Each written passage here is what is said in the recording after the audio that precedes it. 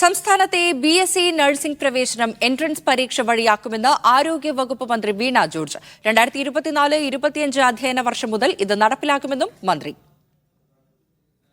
ഷിജോ കുര്യൻ ചേരുകയാണ്. ഷിജോ, വിവരങ്ങൾ എങ്ങനെയൊക്കെയാണ്?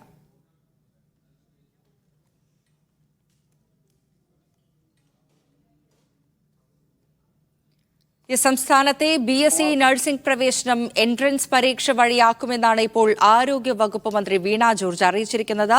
ഷിജോ കുര്യൻ വിവരങ്ങൾ നൽകും. ഷിജോ, എങ്ങനെയൊക്കെയാണ് വിവരങ്ങൾ? ഇത് ഈ വർഷം മുതൽ തന്നെ നടപ്പിലാകുമോ? 2024-25 അധ്യയന വർഷം മുതൽ നടപ്പിലാക്കാനാണ് ഇപ്പോൾ ആരോഗ്യവകുപ്പ് തീരുമാനിച്ചിരിക്കുന്നത്. സംസ്ഥാനത്തെ